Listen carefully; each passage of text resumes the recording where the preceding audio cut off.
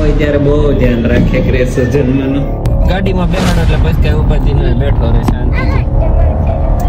કેવો રમાડે છે છેલ્લો રસ કરીને જે હાલો જ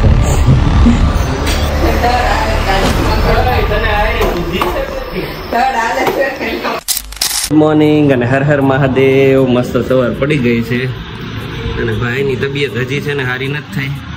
રાત્રે કાલ તો મેં 40 મિનિટના અલાર્મ મૂક્યા હતા. 2 વાગે હુતા. તાવ બહુ જોરદાર આવતો હતો. આખી રાત તાવ આવ્યો હશે ને 2:40નું અલાર્મ મૂક્યું ને પછી 3:30નું મૂક્યું ને પછી 4:40નું મૂક્યું, 5:15નું મૂક્યું હતું ને એમ 4-5 અલાર્મ મૂકીને ચેક કરતો રહ્યો. એટલે મને બહુ ઊંઘ આવે છે આજ તો. ચાલો મસ્ત દિવસની શરૂઆત થઈ ગઈ છે ને આ ત્રીજો દિવસ છે એની રસી ભાઈ એને. એટલે હોપ આજે હવે તાવ નહીં આવે. અત્યારે સવારમાં તો આવી ગયો હતો એટલે જો ઢીલો પડી ગયો. પણ 72 કલાક કહે છે જનરલી, એટલે 72 કલાકમાં સારું થઈ જવું જોઈએ. ચાલો થઈ ગયો બેસું ચાલુ થવાનો લઈ બેસું ચાલુ. અને હવે બેઠી થાય છે ને 9:30 થયા. જન્મ હોઈ ગયો છે અને આજે ટિફિનનો વારો છે મારો. હું લઈ જવાનું છે હમણાં હું તમને બતાવું. ચાલો હાંડો થવા માંડ્યો છે રેડી. મને હાંડો ભાવતો નહોતો પણ આ ચેતના બેન એકવાર ખવડાવ્યો ને પછી ભાવવા માંડ્યો ને ઈ જ બનાવવા આવ્યા છે આજે કે.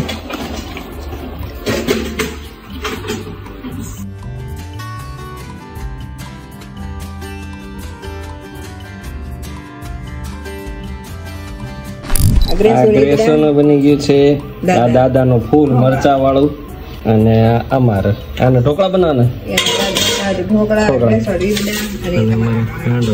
બધાનો અલગ અલગ થતું.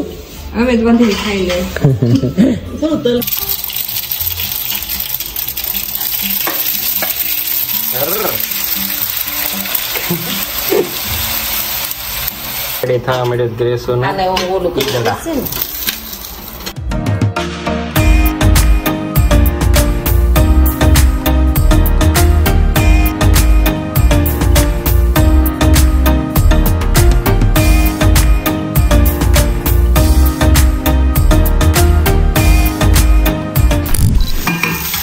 રેડી છે અમારો હાંડવો.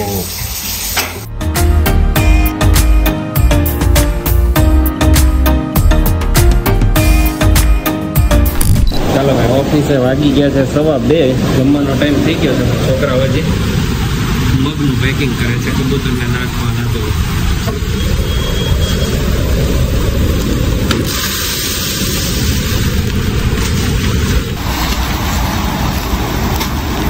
ત્રણ કિલોના પેક કરીએ. રોજ 3 કિલોનો પેકેટ નાખી દઈએ કબૂતરને. ચાલો એ ફ્રી થાય ત્યાં સુધી પાછું થોડું કામ બતાવી દઈએ પછી કરીશું નાસ્તામાં. તો હાંડવો આવ્યો છે તમને ખબર જ છે. છોકરાઓ ફ્રી થઈ ગયા છે એટલે બેસી ગયા છે હવે હાંડવો ખાવા. હે 4 મોકલતી હતી મેં. 3માં એવું ના જ પડતો હતી કે એક જણાને એક તો જોઈ જ ને. ફૂલ એવી છે ભાઈ. બી પડી જાય ને એકાદું માણા આવી જાય ને કટથી ઉડતું તો કામ થઈ જાય. ખાઈને પછી આવે આપણે ખાઈને પછી આવે. વરસાદમાં પલળવાની મજા જ કંઈક ઓર હોય છે પણ જયારે વરસાદમાં પલળવું પડે ને ત્યારે બિલકુલ મજા નથી આવતી. તમારે એવું થતું જ હશે. હવે અત્યારે છે ને પલળતા બહુ પડ્યું વાગ્યા છે 6:30. કેમ કે સોનલનો ફોન આવ્યો હતો કે જન્મને છે ને પાછો તાવ આવી ગયો. આ ત્રીજો દિવસ છે તો એક તાવ કેમ આવે છે કે આનું બતાવી દઈએ. પછી મારા કુમાર અરે વાતે કરી. કુમાર કહે છે કે બની શકે આવીએ કે પણ એક માં તરીકે એને શાંતિ ન થતી એટલે બતાવી દઈએ એટલે શાંતિ થાય. એટલે હું આવી ગયો પલળતો પાછા કપડાં ચેન્જ કરીને પાછું જાશો 4-વ્હીલ લઈને. ચાલો હા જાય ને.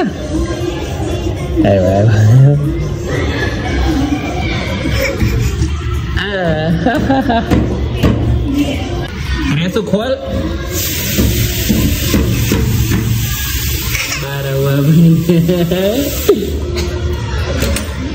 જનુભાઈ રેડી થઈ ગયા છે દવાખાને જવા માટે. અને આજે અમે દવાખાને જઈએ છીએ. હું ગ્રેસુ ને જન્મ ખાલી 3 જ છે. સોનલ કે છે કે હું ઘરે કામ પતાવી દઉં જો તમે એકલા જતા હો તો. ગ્રેસુ લઈને બેસી જાય એની નાની મમ્મી. સોનલ નો હોય ત્યારે બહુ ધ્યાન રાખે ગ્રેસ જન્મનું. મમ્મી જેમ હાચવે. તરત જ કીધું મમ્મીએ નાસ્તો એને પાણીની બોટલ બધું દીધું. ચાલો પછી ચાલો એક હપેતરું આવ્યું છે એવું લાગે ને તને લેતા થાય તો આવશે. પપ્પાજી ને છાશ અંબાવતી જવાની છે. પપ્પાજી લેતા થાય એવું લાગે તો એને ખાવાનો ટાઈમ ન થઈ ગયો હોય.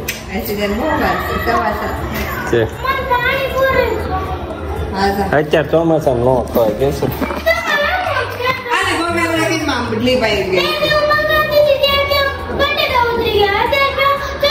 ઘરે બનાવી દેતી હો. હું ક્યાં ના પાડે એને આવીને કીધું હોત તો મારા પાસે આ વરસાદ નું લેવા. અત્યારે ભાઈ તબિયત નથી સારી એટલે બધું જે હોય ખાઈ લેવાનું.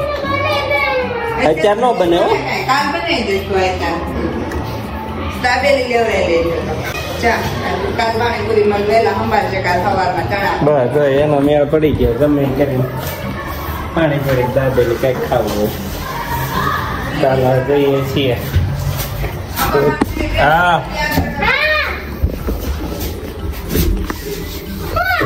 નીચે કરીને તું નીચે તો નીચે જ કરવો પડે.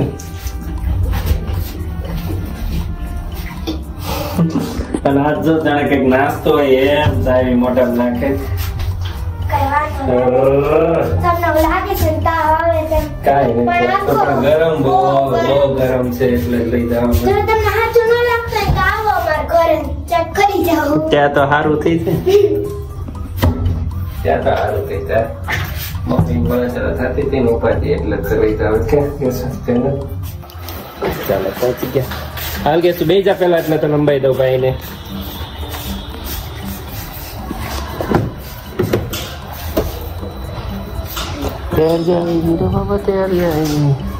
લે જલ્દી પવન બહુ છે.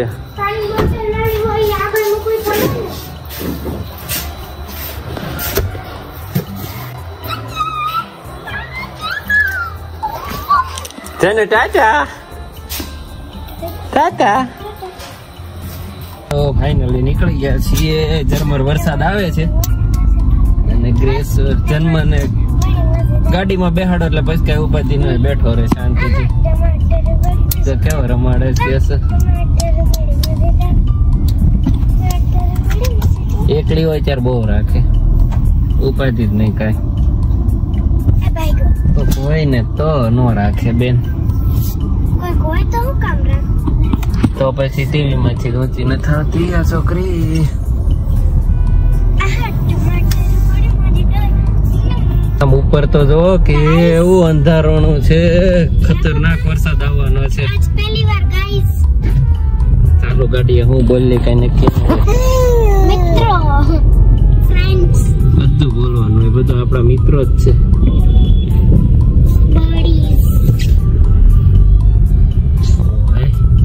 તૂટી પડવાનો છે. વરસાદ તૂટી પડવાનો છે. આજે છે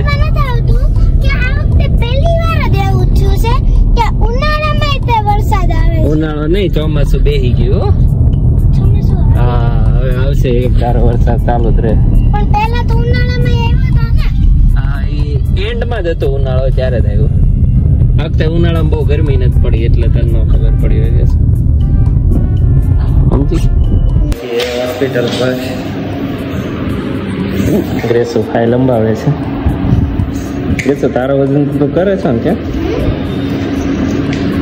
હાઈટ માં પેલું નહીં તારે ઉભી રહી જાય ને.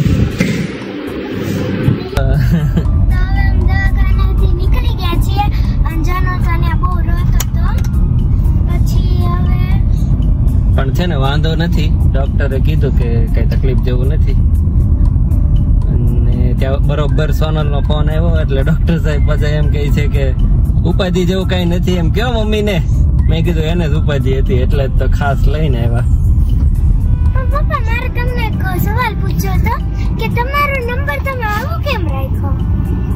તમારો નંબર સારો નંબર એમ વીઆઈપી એ ઈઝી પણ એ છે ને બહુ જૂની વાત છે. ગ્રેસો એ નંબર કેટલા જૂનો છે ખબર તને?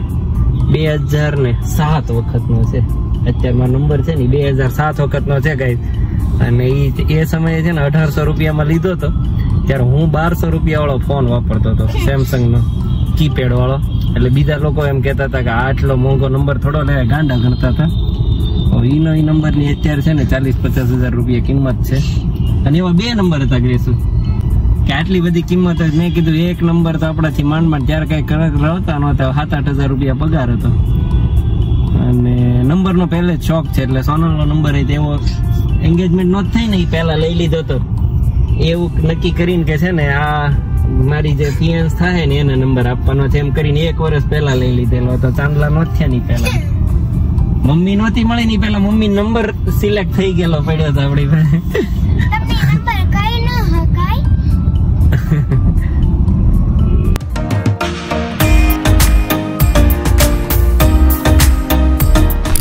ઘરે અને ગ્રેસુ બેન છે ને જન્મ હોઈ ગયો ઢીલો પડી ગયો, તાવ પાછો આવી ગયો. ઘરે જઈને પેલા દવા પાવાની. અને ગ્રેસુ બહાર નીકળે એટલે કાંઈ આઈસ્ક્રીમ ખાવું હોય, કા ક્વોલિટી ખાવી, કા પાણીપુરી, કા દાબેલી. છે ને બેને દાબેલી લેવડાવી છે.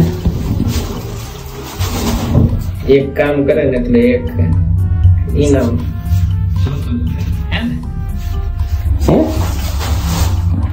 કઈ સારી વાત નથી. બે ગયા છે જમવા. આજે છે રસ, છેલ્લો રસ કરીને હજી હાલ્યો જ જાય છે. પાણી ઢોળ નાખ્યું.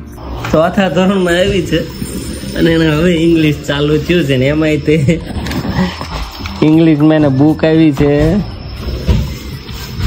અંગ્રેજીની બુક છે, એમાં કાંઈ નથી, A થી Z. અને આંકડા છે ને આ ચાલુ થયું છે નંબરની પ્રેક્ટિસ 0 થી 100. તને કેટલા સુધીના આવડતા હશે કે શું? 3400.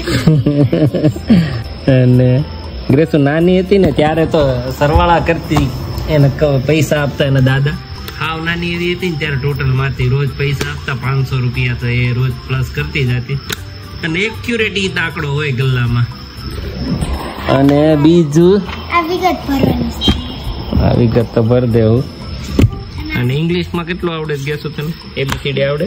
ઇંગ્લિશમાં તો A to Z બધું આવડે છે, સ્પેલિંગ, બોલતા, લખતા, વાંચતા. તો ત્યાં ABCD શીખવાડશે ત્યારે તો શું કરીશ? કરાવશે, કરીશ, શું કરું?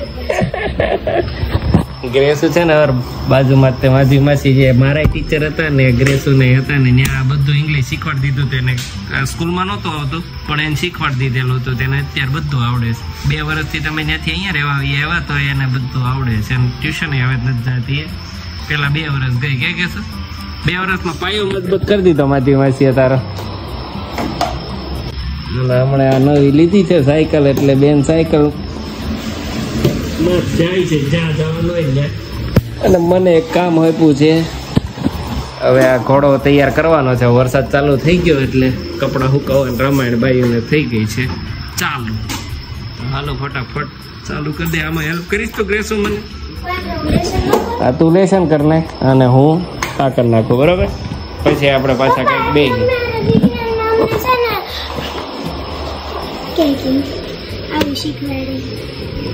क्या क्या क्षेत्र वैज्ञानिकની શોધ થાય છે?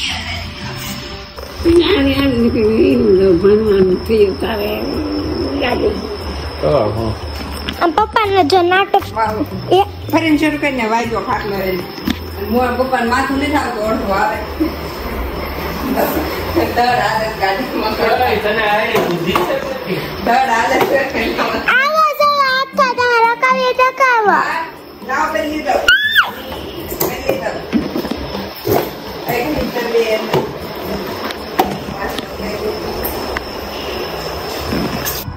તો અત્યારે પપ્પા કરે છે કપડા સુકવવાનો હેંગર ફિટ. આજે અમાર બધાની બેઠક છે રસોડા. હું કરું છું હેંગર ફિટ, રેસુ કરે છે એનું હોમવર્ક, અને મમ્મી લૂજ છે વાસણ. ઈ લૂજ છે તારે લૂજ છે? નહીં, આ તો મમ્મી લૂછા પડી. બધા રસોડામાં કામ કરે છે. જનુભાઈ હુતા છે, મમ્મી દાદા હુતા છે આ રૂમમાં, બા હુતા છે બાર હોલમાં. ને અત્યારે કોકનો ફોન આવી ગયો છે, ચાલો તો ફટાફટ કામ પતાવી દઈએ. હવે થઈ ગયો છે ટાઈમ સુવાનો, વાગી ગયા છે 11:30 ને બહુ ઊંઘ આવે છે એટલે હોઈ જઈએ. આજના બ્લોગને કમ્પ્લીટ કરો. જો અમારો બ્લોગ ગમે તો લાઈક શેર અને સબસ્ક્રાઈબ કરવાનું ભૂલતા નહીં. મળીએ કાલે નવા બ્લોગમાં. Bye bye. ગ્રેસુ ત્યાંથી બાય બાય કરે છે, ડાયરી લખે છે એટલે અહીંયા આવીએ કેમ છે નહીં, કેમ કે અત્યારે એવી વધારે ઇમ્પોર્ટન્ટ કામ છે. ક્યાં ગ્રેસુ ફોટા ચોટાડે બેન, આવું ન હોય ને એટલે પહેલા એનું પૂરું ન થાય ને ત્યાં સુધી બીજું કઈ કામ જ નહીં કરે અને અમને નહીં કરવા દે. ચાલો બાય બાય, મળીએ કાલે.